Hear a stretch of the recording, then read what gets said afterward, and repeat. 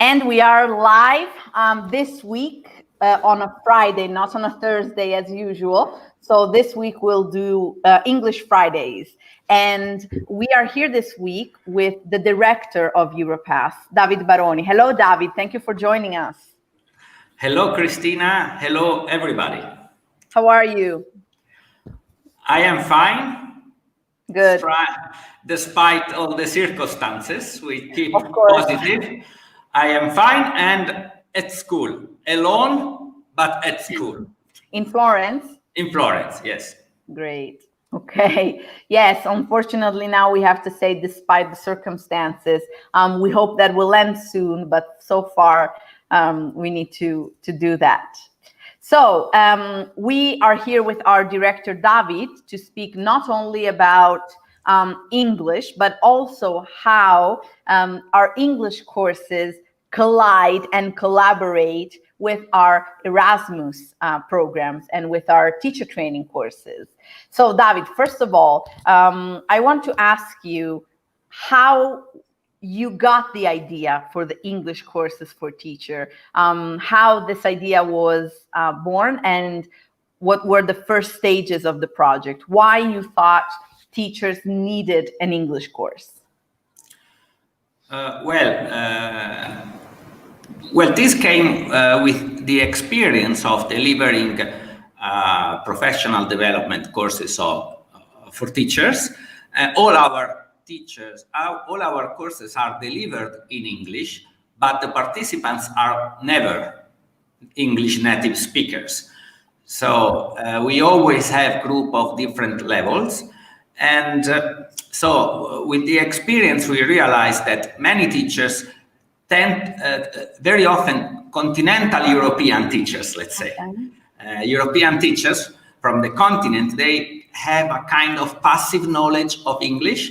Mm-hmm. Their English written is good. They can read English, but when it comes to speak, it's difficult because maybe they never have the chance to practice. So they miss the practical part of the language. Of course. So the idea was to provide them a period of time, some hours of interaction, live interaction in English. So to get, let's say, to get the rust out of, right? You help me with the English. Yes, to have their like to practice their fluency. Thank you. Christina is also my English teacher, so she's teaching English to everybody, also at Europass. Yes.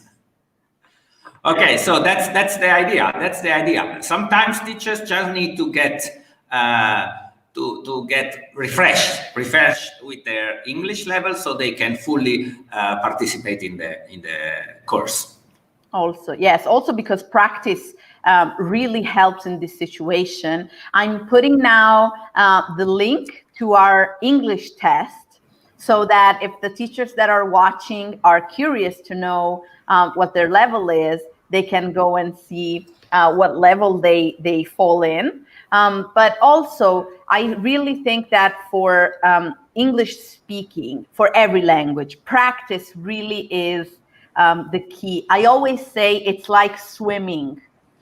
You can read a book that explains how to swim, but then you have to jump in the water at some point. And you can be we have had many students who are proficient in English grammar, who know the grammar rules perfectly, but that have a very hard time when they need to speak and they need to follow a conversation because they miss that practice. And this is what we are trying to do with the English courses. True, and this is particularly true for teachers, in our experience, because teachers have studied English at some point of their lives. Of course, they've studied it at school, they've studied it at university, but then it may be 5-10 years that they don't speak it. So they have a kind of passive knowledge. And, I think that many people have this experience of knowing a language, but when it comes to speak, being like blocked. So you need to get this block removed. And talking about the English test, this is something new we implemented in the, there is the English test also on our website for face-to-face courses. And it's something new we ask for all participants. When they register to one of our courses to take place in Florence or anywhere else in Europe, they should take the test before. This helps us also informing groups and knowing what's the level of English of the participants. Because it's always a challenge to have in the same group people with very different proficiency level. So we will try to group them according also to their level of English. Of course. Yes. And yes, we know we have, I am a teacher trainer in Europath, and I've had several time classes. And sometimes, yes, the difference in English level it's not a big problem, but definitely when the English level among the participants is more or less equal, it just creates an environment that welcomes much more that exchange and that, let's say, fluency of experiences that then makes really the course and the experience of the teacher training course so full for the participants, because that's the core. That's absolutely true. And I believe that one of the main aspects of our courses, something we work at most, especially in the beginning, is that participants feel confident in the class and they feel safe. So having an obstacle like the language can reduce this feeling of being safe and confident in practicing, in expressing themselves. So the idea of getting trained in English before arriving to your class, you already get in the mood of sharing with colleagues, and you already have like an activity of participating in a team that work together. Yeah. And when you arrive to the face-to-face course, you have already stepped over the first obstacle, let's say. Yes, and being more fluent with English will give you the opportunities to fully exploit the experience. I agree. We place a very big importance in when we do Teacher Academy courses live. We place such a high importance on sharing and on having teacher exchange their experiences, also their difficulties, what they are challenged by. And the more the atmosphere is relaxed, the more everyone feel confident and comfortable where we are, and the more these exchanges are rich and are enriching for the participants. And so it's really fundamental. And this is why in creating these English courses, we placed a very high importance on conversation and practice. This is what we do for the majority of our courses, is the biggest part of the time that we have together is spent sharing and talking with other teachers to get that fluency going, to really practice that skill of speaking English, so that you get a little rust out of your speaking and you're able to go ahead and feel more confident. It's just about that, trying it, and then you see that the other people understand you, and so you say, okay, no, I can do this. Right. And David, how many languages do you speak? Well, I speak 4 languages. I mean, one is mine own, which is Italian. I'm Italian native speaker. And then I speak Spanish, English, and German. Okay. Well, German. Well, in the case of German, I can say that I used to speak. I used to speak it. Now it's very rusty. But from time to time, whenever I have time, I try to attend some lessons. Mm-hmm. For example, last summer, I registered to an online conversation class of German, just to practice a bit and to try not to forget everything. Of course. And I've studied many languages, though. I mean, I can speak these 4, but I've studied also Polish, Russian, and many others with no results. So I cannot name them, With no results whatsoever. With no results, yes. Like, for example, in Polish, I completed the A1 level 3 times. Okay. But every time I registered for another class, there was so much time going on that I had to start over from the beginning. Everything was forgotten. So that's my experience with the other languages. Yeah. And what about, so German, you learned it? Well, German has always been my passion since kid. Also, maybe German language was the language I was always exposed as child, because I grew up in Tuscan countryside, and all the foreigners we had at that time were Germans. They had their second houses there. So I fell in love with the language. I don't know if it's the sound of it, or just I like the people that were living, my neighbors, and so I really enjoy listening them to speak to each other. So I grew up with this idea of learning German, and in the 80s in Italy, we had to study French. I didn't quote French, but I studied French as well. So I had French at school, but I studied German by myself. So that's it, yeah. And then when I grew up, then I moved to Germany to study it. So that's why German became my first language at that time.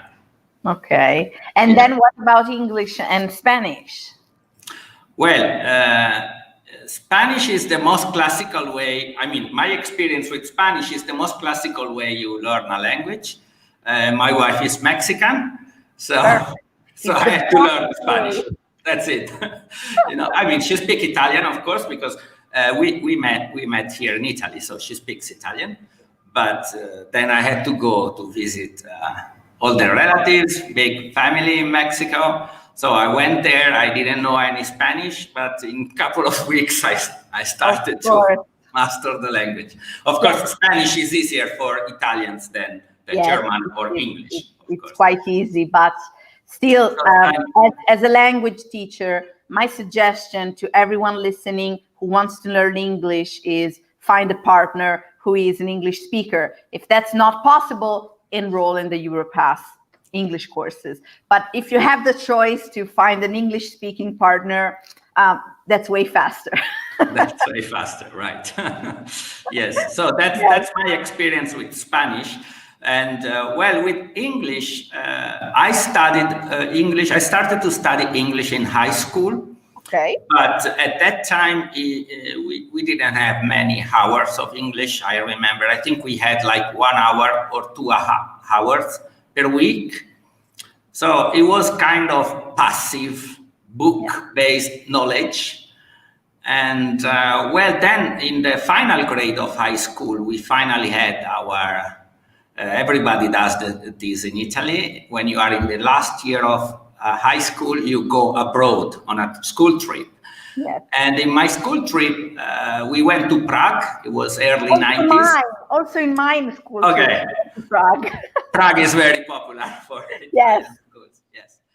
And in that occasion, we had to communicate. So we had to communicate in English, and there were also school trips from other countries. So in few days, I just so that my book-based passive knowledge could be transformed into an active one. It has some practical areas.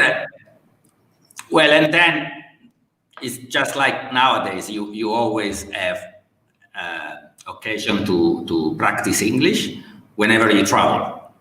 There are so many languages in the world. In the end, another reason to looking forward of being able to traveling again. Right. Yes.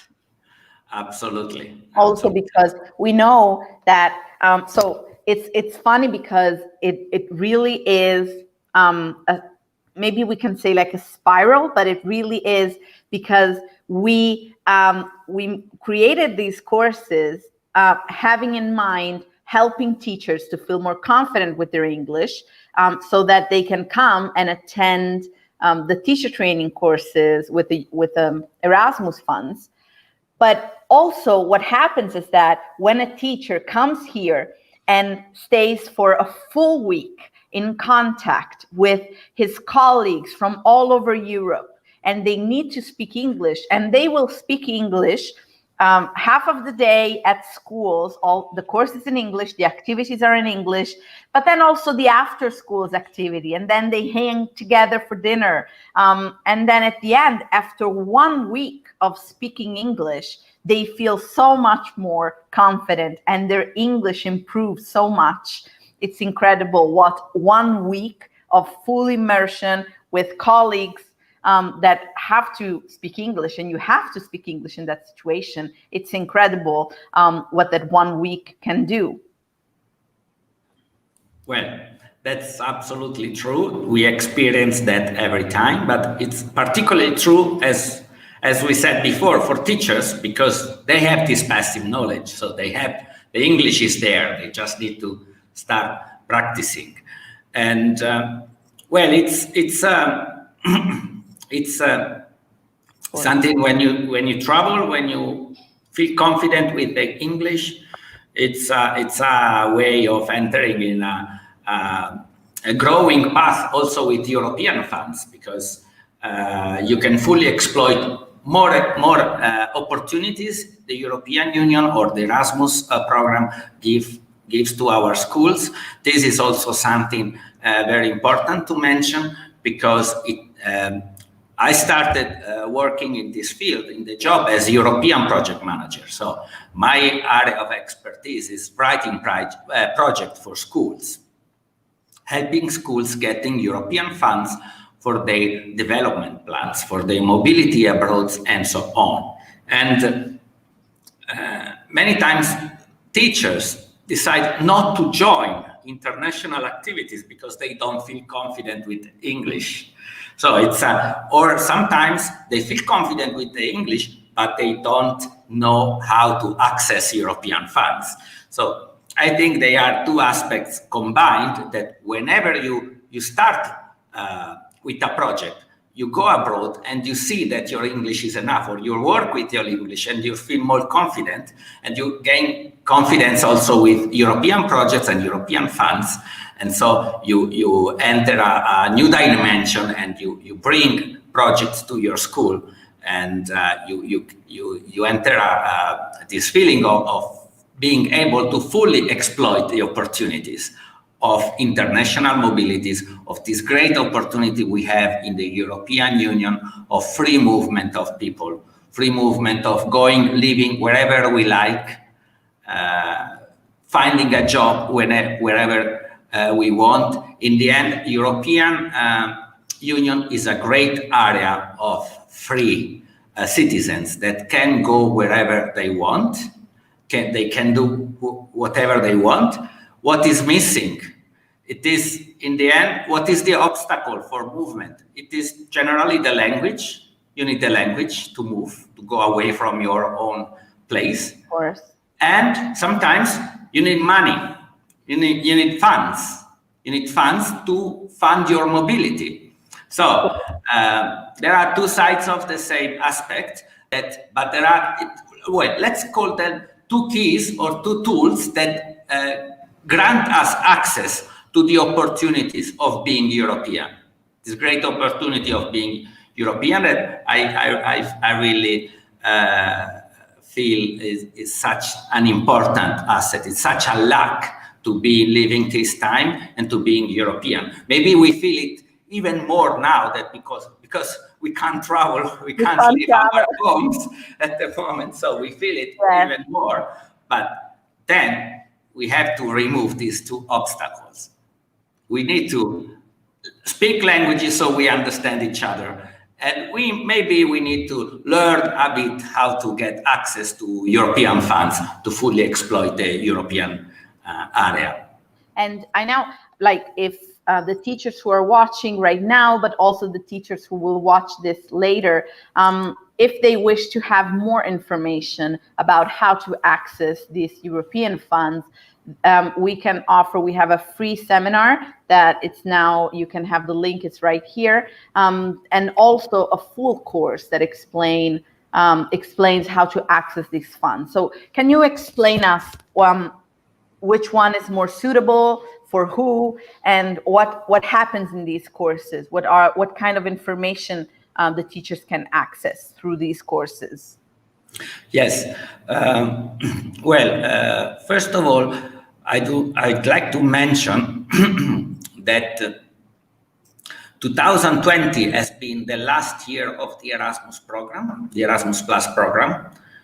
Now, a lot of schools who had budgets, funds for mobilities abroad, they couldn't use those funds because of COVID. So they will probably use their funds in 2021 or 2022 because they can prolong their projects because of COVID. Because of COVID. But even if last year has been the last year of the Erasmus Plus program, we are now waiting for the arrival of the new program. It was supposed to come out in these days, or maybe at the end of last year. It is a bit delayed. Now we know it will come out maybe in March. But the new program is very similar to the previous one. There are some changes, some important changes. The most important change is that it will be almost the double of the budget. Wow. So it will have almost the double of the budget, and it has the goal of having more than the double of Europeans traveling abroad with Erasmus funds. Okay? So now we offer 2 seminars. The first one is next Monday. I think it's almost complete, but there are a few places left. Okay. The free seminar. The free seminar. Well, if you find it free, if you find it full, we will have a new one in February. Okay. So during this free seminar, we will present what are all the novelties, the new features of the new Erasmus program, and some basic information about it. What can you do? How do you do to fund your mobility abroad with Erasmus money? So this is like an introductory seminar. And then for the schools who really want to apply, who want to design their project, we have a course starting. That's starting in 10 days, I think, in 2 weeks. So not this Monday, the Monday after. We have a full course starting with our project manager and academic director, Marco. Okay. And I will be there as well, maybe answering questions. We usually work in pair, Marco and me. Marco talks, I answer questions in the chat, or vice versa. So this is a full course. Yeah, we try to answer all the questions. And this is a complete course on writing down your Erasmus application. Okay. Well, so not only like general information, but a step-by-step guide to write your project and be sure that your project is approved and then funded, correct? Well, we can never be sure that the project will be funded, but you can maximize the opportunities. Of course. I would say, because we also believe the percentage of approved project over the last 7 years has improved year after year because the budget of Erasmus program has improved. The new program will have the double of the budget. So we believe it has never been as easy as now to access European funds for mobilities. In addition to that, there are new features of the program that allow schools to get a stable stream of fundings for the 7 year of the program. Okay. So this is an accreditation for schools. When you become accredited to the Erasmus program, you will have a facilitated access to funds year after year. Of course, if you do everything properly, if you do all what you have said you would do in the project application, of course. And if you manage well the project, you will have year after year funds to go abroad. to travel in different European countries. This is an important novelty, and it's in the spirit. It's in the spirit of the new. Sorry, my English. It is in the spirit of the new Erasmus program that tries to give more continuity of fundings for schools, because with a continuity of fundings, the program can have a stronger impact in your home school. So the European Union now is saying, we will not give you money only once for 1 year to go abroad and learn something. They are saying, we want to give you money for 7 years in a row, so your school can have a real impact and can have a development plan. Okay, so that's I believe is a very important new features for the program. Great. I'm so passionate about the Erasmus program because I love it. I've been one of the first Erasmus students many years ago, 25 years ago. Of course, I went to Germany, my favorite country at that time. Now my favorite country is Mexico, of course. Of course. Great. So we can't wait for everything to be available, for the new Erasmus plan to be available, and then to be able to do our live courses again. We miss it so much. We just can't wait for all of our teachers to come back to Florence and to all the Europass schools around Europe. So we are very, very excited. We hope to start again as soon as possible. And again, so I want to remember to all the teachers that are listening. I have seen we have teachers that are listening from Albania, teachers who are listening from Costa Rica right now. But oh, nice. Hola. So to all the teachers that are listening and that are interested in applying for an Erasmus funds to be able to attend the teacher training courses, so that we can offer the full course on the Erasmus opportunities and also the English courses if you feel that you need a little extra help with your English before feeling confident to join an English, a teacher training course. And David, can the English courses be funded with the Erasmus funds? Well, this is something very important I wanted to say. Okay. They are, indeed they are. And this is also something new of the program that is going to come out in March, hopefully. You can get extra funds for learning a language, for improving your language, also online, before the mobility takes place. Okay, and this is a news, right? This is something new. I don't want to exploit all the new things of the Erasmus program that we will tell on Monday for the ones that register to the free seminar. But this is also something new and something very important. Now we are offering, we started already offering English courses live. We try to keep them the price affordable. We try to keep the prices as low as possible.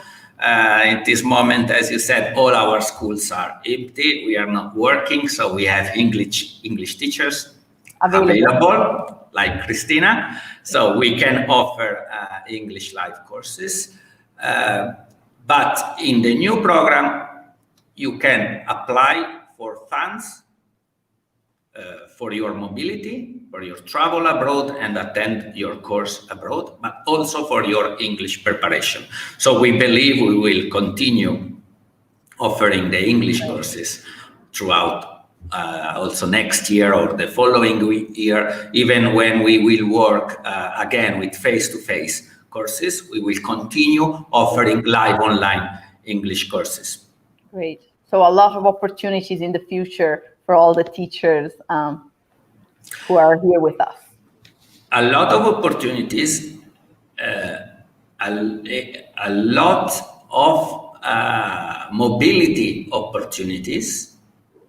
You need to apply for grants, and it's very easy. There are funds higher than ever. It's easy to get funded. Of course, you need to know how to do it. Of course. You need to speak a bit of the language, Brussels English, let's say. You need to speak the language of projects.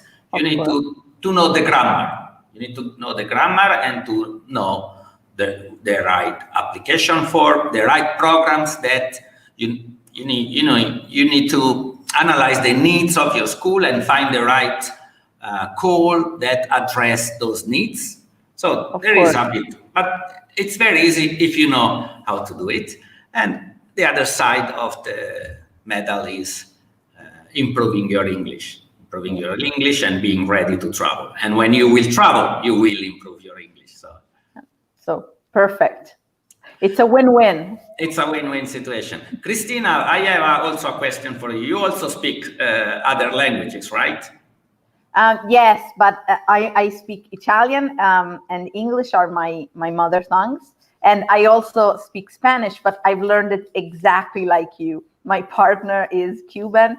And also I met him here, but the first time we went to Cuba to visit his relatives, and then they came here and stayed at our house for a month. So just contact and practice. It's really the key. So I'm quite fluent in Spanish. I don't know how to write anything. I've never. Me neither. Exactly. But I'm quite fluent, but it's just practice. And again, as you said, if you are fluent in Italian, improving your Spanish is not so difficult because many languages are similar. And also the structure of the language is very similar. And so I feel it's easier to get your head around the two different languages. Right. So we have the same experience. We have a Latin American Italian couple. Yes. Well, in your case, American, Italian, Latin American. You're more globalized. Yes, we'll have always more. Yeah. Great. Okay, so David, thank you for joining us for our English Friday this week, for English Talks. It was great talking to you. And again, I remember to all the teachers listening and who will watch this in the following days that they can register for the free seminar to discover a little more about the Erasmus opportunity and see if they can be suitable for them or their school. And these funds are for all the schools, right, David?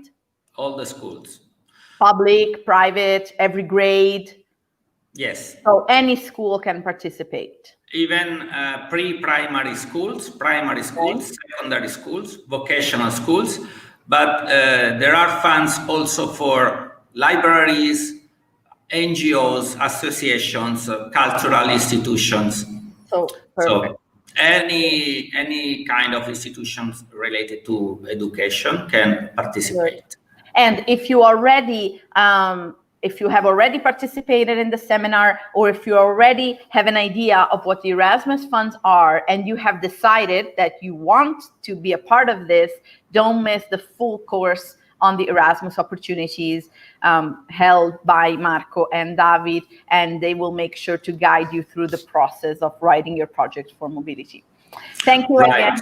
And also, if just let me add that if the course and the free seminar will be full, just continue to register to our newsletter and follow the website, because we will publish soon another free seminar in February and probably a next edition of the full course in March. Because also this full course starting at the end of January is almost full, so we may close the registrations in a couple of days, but we will have a new one later on, of course.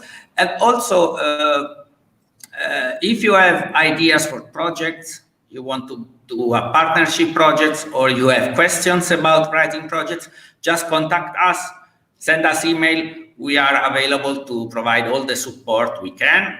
My passion is writing projects, so we try to help all the time.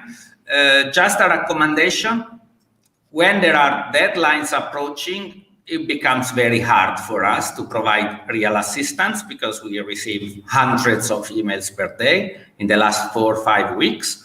So if you have ideas of applying for projects, start now. Start now thinking the project, thinking the topic of your project, the kind of partners you're looking for, and you can also write us. We also help schools in finding partners across Europe. We have a large network of course, relations with schools of any kind. So we are always at disposal for supporting European projects and European integration. Great. Okay, David, thank you for being with us. And thank you for all the useful information.